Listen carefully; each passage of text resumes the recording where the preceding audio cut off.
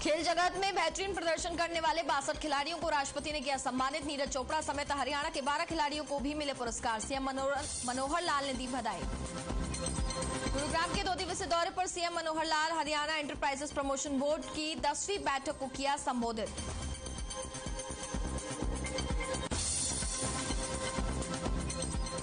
Dengue के खिलाफ जंग में हरियाणा के सभी ग्राम पंचायतों को बांटी जा रही फॉगिंग मशीन। पानीपत में बोले deputy CM Dushyant Chautala. Dengue के खिलाफ हरियाणा लड़ रहा बड़े स्तर पर लड़ाई। हरियाणा आप के अध्यक्ष नवीन जयहिंद पानीपत की सड़कों पर दिखाई दबंगाई। दलबल और शस्त्र के साथ थाने में घुसे। पुलिस ने गिरफ्तारी से किया इनकार। करनाल में शराबी युवक ने किया हाई वोल्टेज ड्रामा। शादी करने की जिद को लेकर मोबाइल टावर पर चढ़ा। वहीं 3 घंटे की मशक्कत के बाद उतारा युवक को।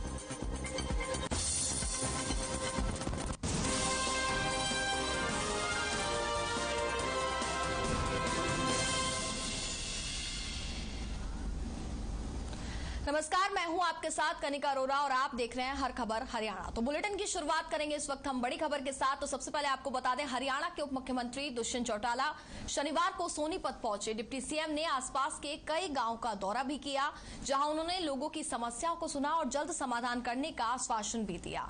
इस दौरान मीडिया से बातचीत करते हुए चौटाला ने कहा कि सरकार किसानों से बातचीत करने के लिए तैयार है, लेकिन किसान तैयार नहीं है।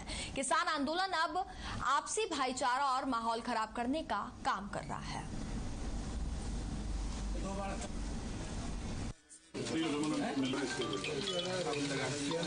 जैसे जैसे हमारे पास अवेलेबल हो रही है वैसे वैसे 22 के 22 जिलों के प्रत्येक गांव तक इस सुविधा को हम पहुंचाएंगे। ऑलरेडी 500 फॉगिंग मशीन आज 22 के 22 जिलों में डिलीवर हो चुकी है। एक एक करके जैसे जैसे अगला लॉट आएगा उसी स्पीड के साथ उनको प्रत्येक गांव तक डिस्ट्रीब्यूट करेंगे। प्राथमिक तौर पर सारे वीडियोस की ड्यूटी लगाई है। जिस गांव की मशीन है केवल मात्र उसी में नहीं, साथ लगते हुए गांव के अंदर भी राशनिंग कर करके फॉगिंग करवाने का काम ठीक है। ये 2 बार तक है। ठीक है, मिल रहा है।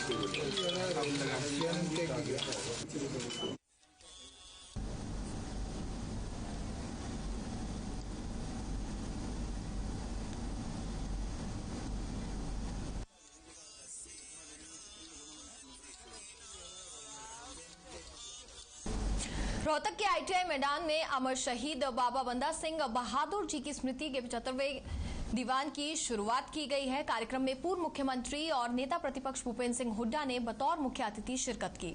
हुड्डा ने रिबन काटकर शोभा यात्रा और भंडारे का उद्घाटन किया। वहीं अमर शहीद बाबा बंदा सिंह बहादुर के वंशज बाबा जतेंद्र पाल सिंह सोढ़ी ने भूपेंद्र सिंह हुड्डा का सरोपा भेंट कर स्वागत किया। इस मौके पर रोहतक से विधायक भारत भूषण बत्रा, पूर्व राज्यसभा सांसद शादीलाल बत्रा, चक्रवर्ती शर्मा समेत कई नेता भी मौजूद रहे। इस मौके पर हुड्डा ने बाबा बंदा बहादुर के जीवन, उनकी वीरता और बलिदान का गुणगान करते हुए उन्हें नमन किया। उन्होंने बाबा बंदा बहादुर की स्मृति में करवाए जा रहे आयोजन की सराहना की और आयोजकों को शुभकामनाएं।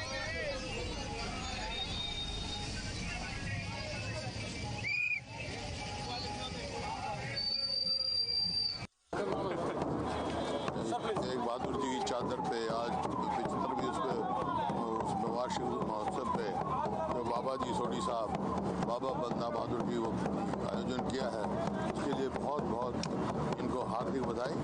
बाबा बंदा बहादुर ने एक इतिहास कायम किया और एक ऐसा चरित्र पेश किया जो देश के हित में और समाज के हित में उन्होंने अपने प्राणों तक की बाजी लगाई।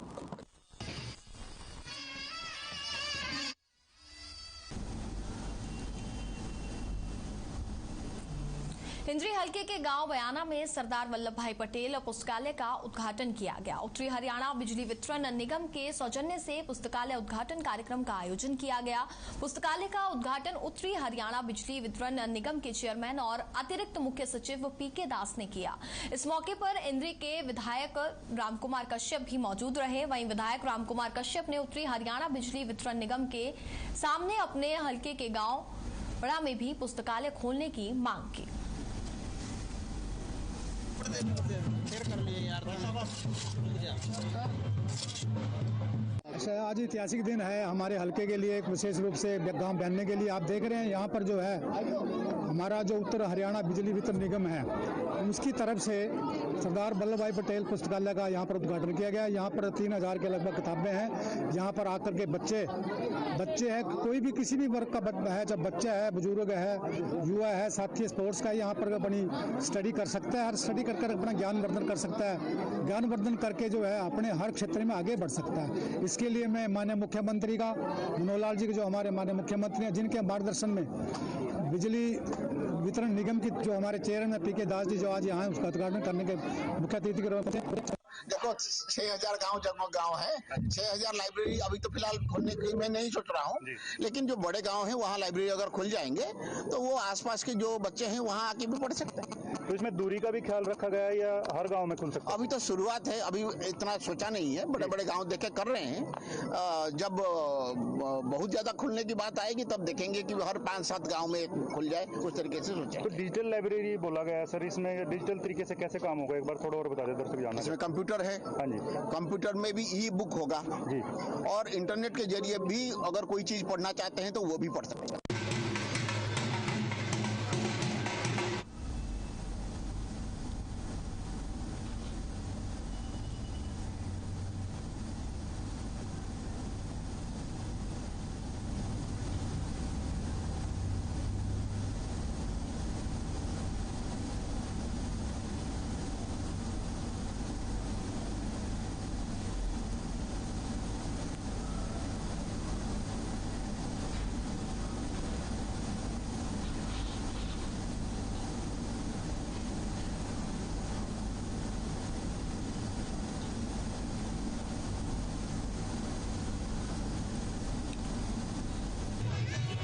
खबरों में आगे बढ़ते हैं। चंडीगढ़ में प्रशासक बनवारी लाल पुरोहित ने 20 इलेक्ट्रॉनिक बसों का उद्घाटन किया। 15 दिसंबर तक सभी 40 बसें चंडीगढ़ पहुंच जाएंगी। 40 इलेक्ट्रिक बस के लिए सीटीयू का अशोक लैंडन कंपनी के साथ करार हुआ है। बस में 36 लोगों के बैठने की जगह है और अधिकतम एक बार में 54 लोग सफर कर सकेंगे। बस 2 से 3 घंटे में फुल चार्ज हो जाएगी और एक बार चार्ज होने के बाद करीब 140 किलोमीटर चलेगी। वहीं सेक्टर 25 के 3 नवंबर डिपो में चार्जिंग स्टेशन बनाया गया है। वहीं यूटी प्रशासन ने 40 इलेक्ट्रिक बसों के लिए रिक्वेस्ट फॉर प्रपोजल भी जारी कर दिया है। इसके लिए योग्य एजेंसियां 25 नवंबर तक आवेदन कर सकती हैं।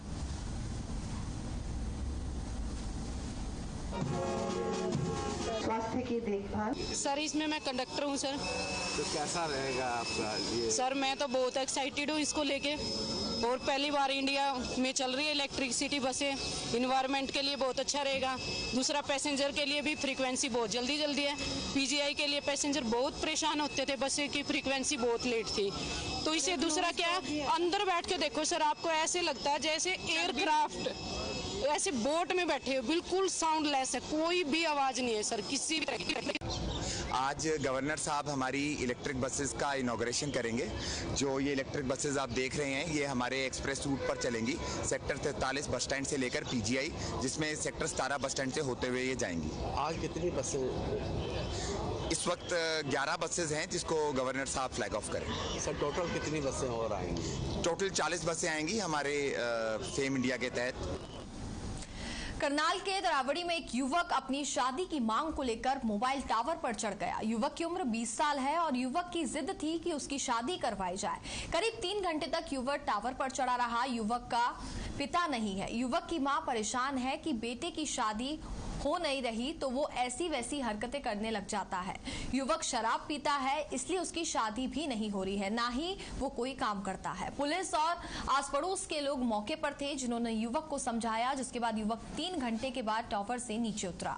युवक को लोगों ने कहा कि अगर तू शराब छोड़ देगा तो पैसे इकट्ठे करके तेरी शादी करवा दी जाएगी, जिसके बाद युवक नीचे उतरा।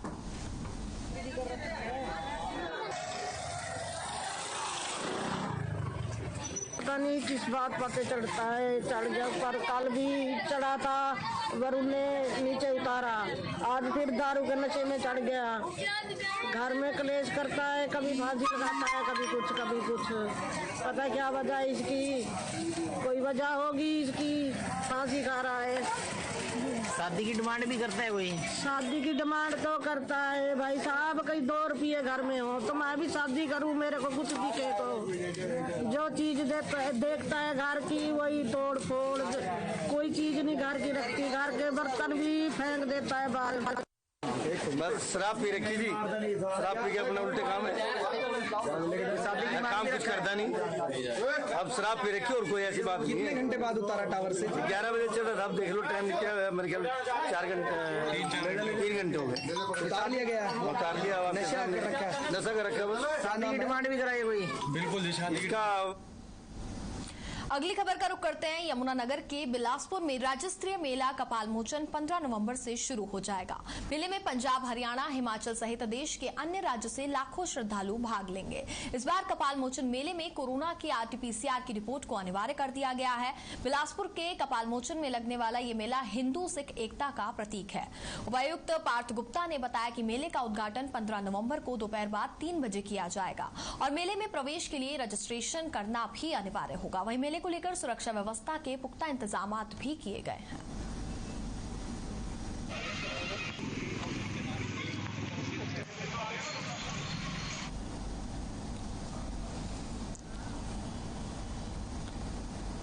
पानीपत में डीजल पेट्रोल वेलफेयर एसोसिएशन ने भी हड़ताल पर जाने का फैसला किया है। हड़ताल 15 नवंबर को सुबह 6 बजे से की जाएगी।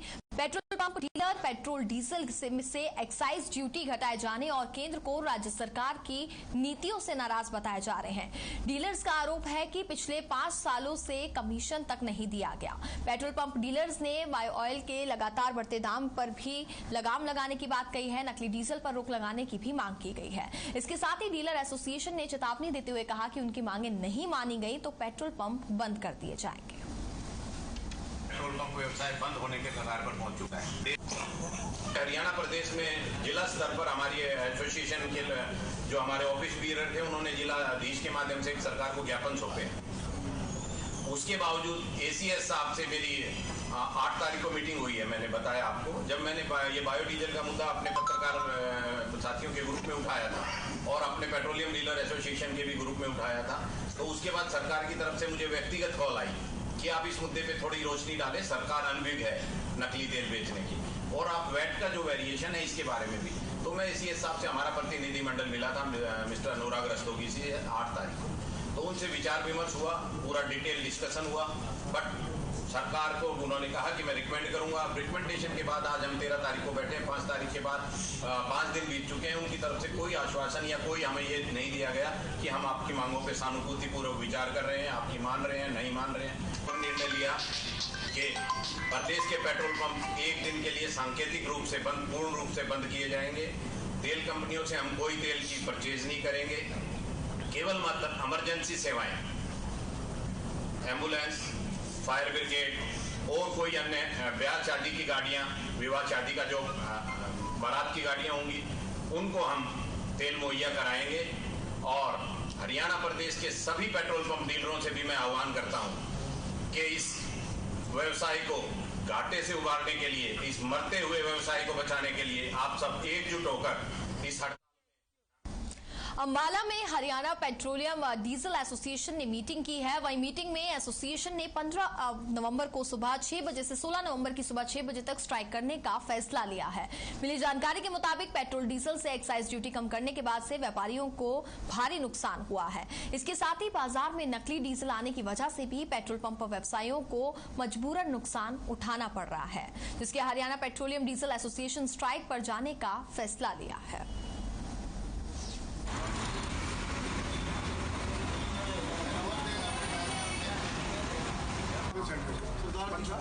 हमने 15 तारीख को सुबह 6 बजे से लेके 16 तारीख को सुबह 6 बजे तक हम ना तेल खरीदेंगे ना तेल बेचेंगे।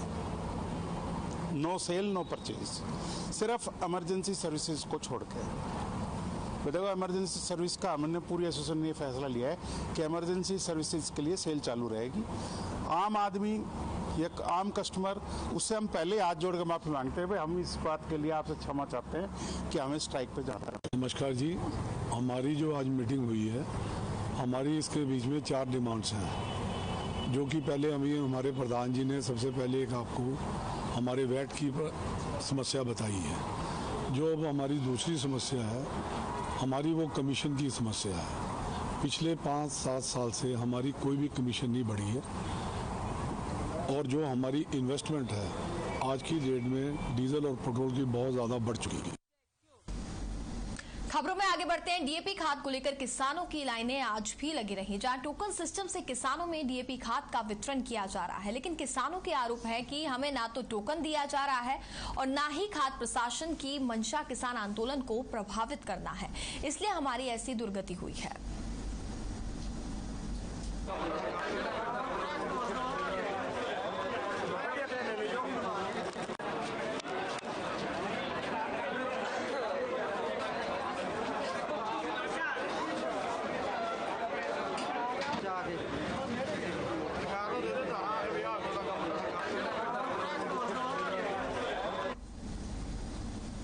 पलवल के NH-19 पर आहलापुर फ्लाईओवर के पास तेज रफ्तार ट्रक ने 2 बाइक सवार युवक को टक्कर मार दी, जिसमें से एक की मौके पर ही मौत हो गई, जबकि दूसरा युवक गंभीर रूप से घायल बताया जा रहा है।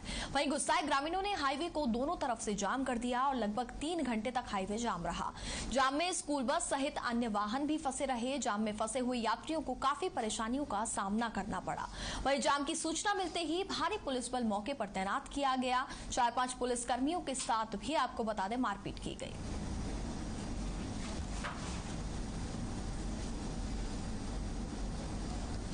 तो पलवल से ये तस्वीरें आपको दिखा रहे हैं।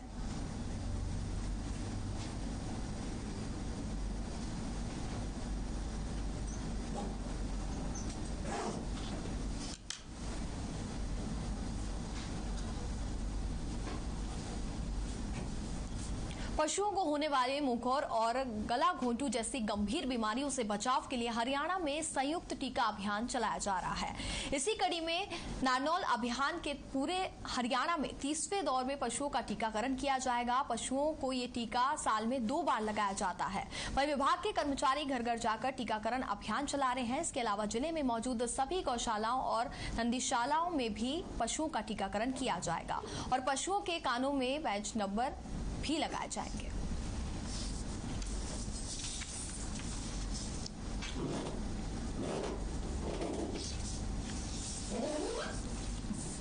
तो घर घर जाकर के बताया जा रहा है कि पशुओं का टीकाकरण किया जा रहा है। पशुओं को जो गंभीर बीमारियां होती हैं उसके बचाव के लिए आपको बता दें कि ये टीकाकरण किया जा रहा है।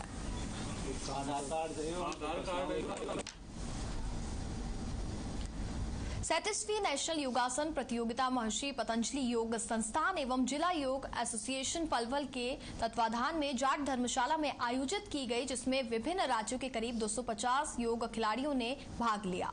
3 दिवसीय प्रतियोगिता के पहले दिन शनिवार को दीप प्रज्वलित करके किया गया। इस अवसर पर हवन यज्ञ भी किया गया और योग खिलाड़ियों ने योग क्रियाएं दिखाकर के लोगों को योग के बारे में जागरूक किया।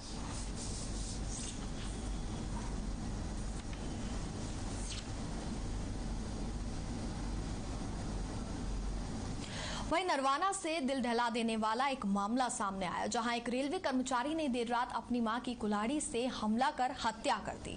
मां की हत्या के बाद रेलवे कर्मचारी ने घर को आग के हवाले भी कर दिया।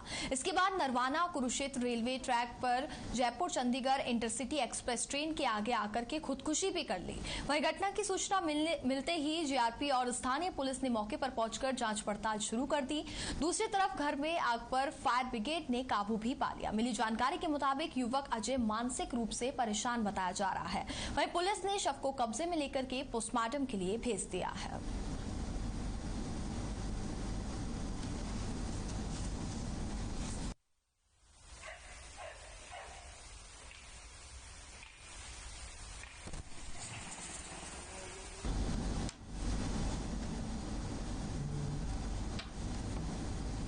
और इसी के साथ फिलहाल इस बुलेटिन में बस इतना ही। देखते रहिए हर खबर हरियाणा।